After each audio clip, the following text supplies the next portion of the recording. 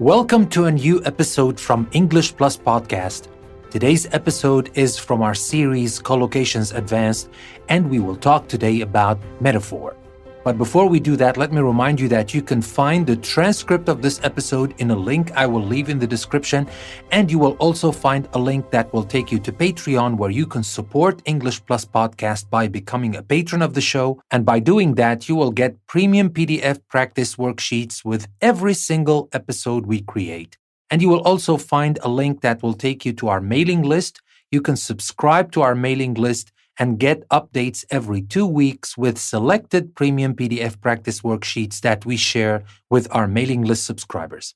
And now, without further ado, let's start talking about Collocations Advanced metaphor. Now, first of all, we need to understand what a metaphor is. Now, when we speak metaphorically, we use words in a non-literal sense. Now, what does that mean? For example, when we say a writer casts light on a situation, we mean that the writer helps us understand it more clearly. So, this is a metaphor because the light is usually used in dark places, and when it is used in dark places, it helps you see things more clearly. So here, when we say a writer casts light on a situation, to say that this helps us understand it more clearly, just like the light that lights up the dark room. So that is a metaphor. That is here what we say that we speak metaphorically, not literally. So since we understand what a metaphor is, let's start talking about metaphors, and we will start talking about metaphors based on the body. Now let's start with our first one, face the facts. Or we can say face up to the facts. For example, we can say, you're never going to run in the Olympics. It's time you faced the facts, or you faced up to the facts. But what does that mean? You face the facts. That means you accept reality. You need to accept reality. You need to face the facts or face up to the facts. So that was our first metaphor based on the body.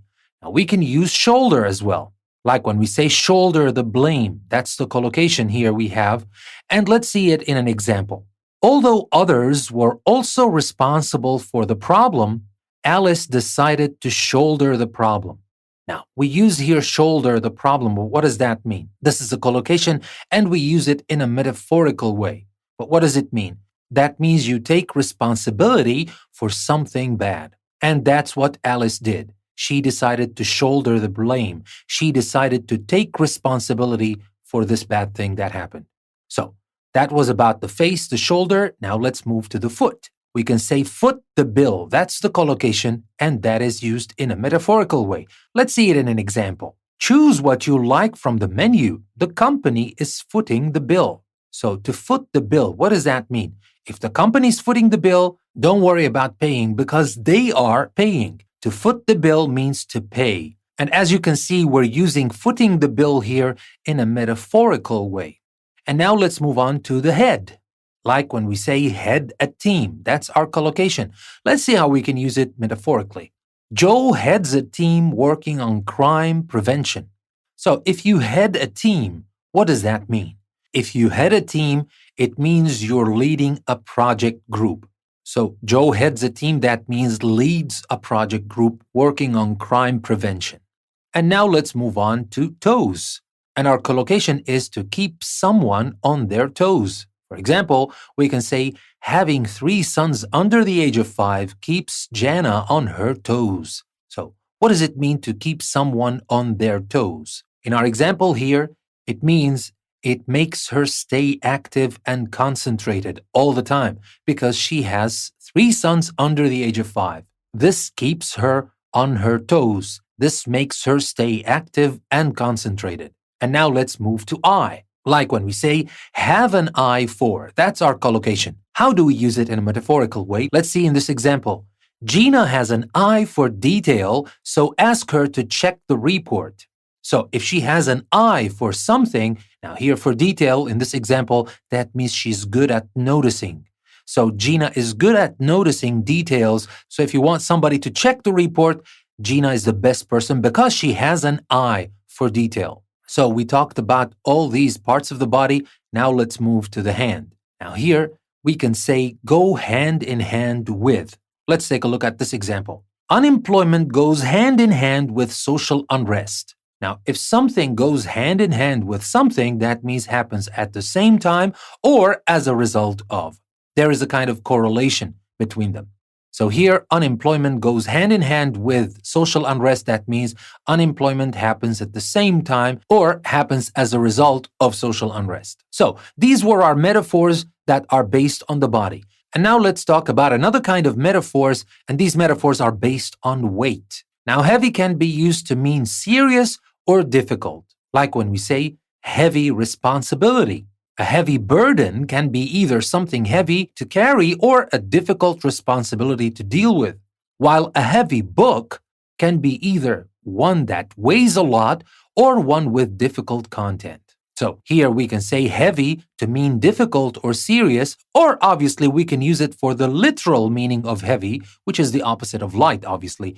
But here we can use it for difficult or serious. And we can use another word that has to do with weight, and that is weighty.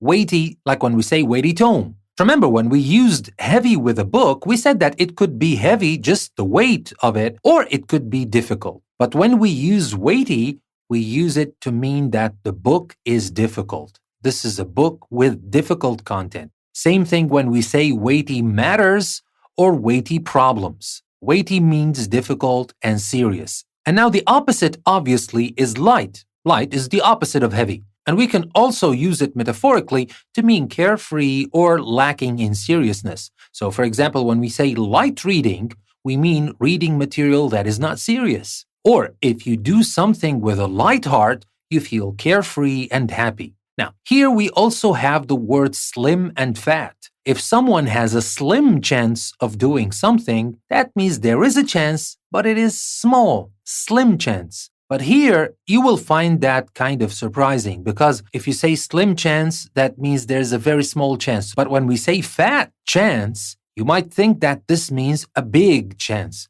Well, it's the opposite. Fat chance, which is, by the way, very informal, means almost no chance at all. So the chance is even smaller than slim in this case. So remember, a slim chance of doing something, that means there's a chance, but it's not too big. It is a small chance. But when we say fat chance, that means there's almost no chance at all. So these are metaphors we used based on weight.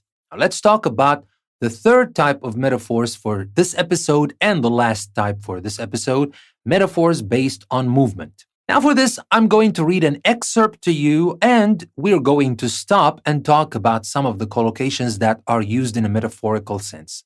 James did a lot of partying in his final year and ran into difficulties with his course. His father was hopping mad when he only just managed to get his degree.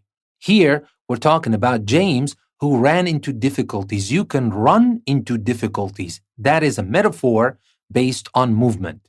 And his father was hopping mad. Now, if you are hopping mad, if you're jumping mad, we don't say jumping mad, we say hopping mad. If you're hopping mad, that means you're extremely angry. And that was David's father.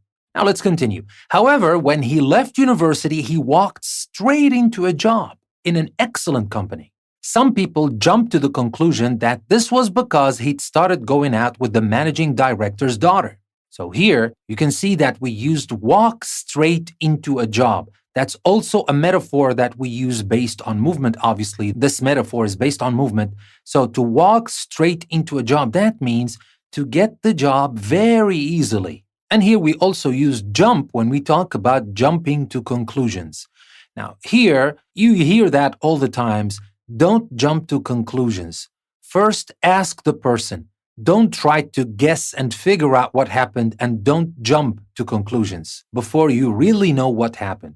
But people do that all the time. They jump to conclusions. So here, the key word is jump, and that has to do with movement. But it is not used in its literal sense.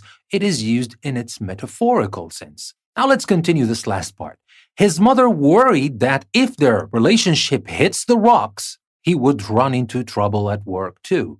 So that tells us that it is true. Actually, people jump to conclusions, but that is exactly what happened because his mother was worried that if their relationship hit the rocks, if something, like in this example, a relationship, hit the rocks, that means it ends. Now, this metaphor is based on a boat being destroyed on rocks. If a boat hits the rocks, it's over, it ends.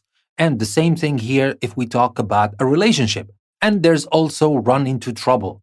To run into trouble, that is also a metaphor based on movement. So these were all the metaphors that I wanted to share with you in this episode. I hope you learned something new. I hope you can appreciate the power of metaphor that we use in everyday language all the time. People use metaphors all the time, sometimes without even bothering to know that these are metaphors and these are not. But for English learners, that might prove to be challenging because if they try to translate these expressions literally, they will not understand what is meant actually. So that is why we had to talk about metaphors.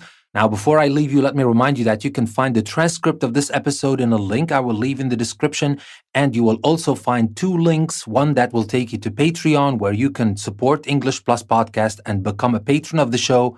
And the other one is to our mailing list. You can subscribe to our mailing list and get updates on our schedule every 2 weeks with selected premium PDF worksheets for our mailing list subscribers. That being said, thank you very much for listening to another episode from English Plus Podcast. This is your host, Danny. I will see you next time.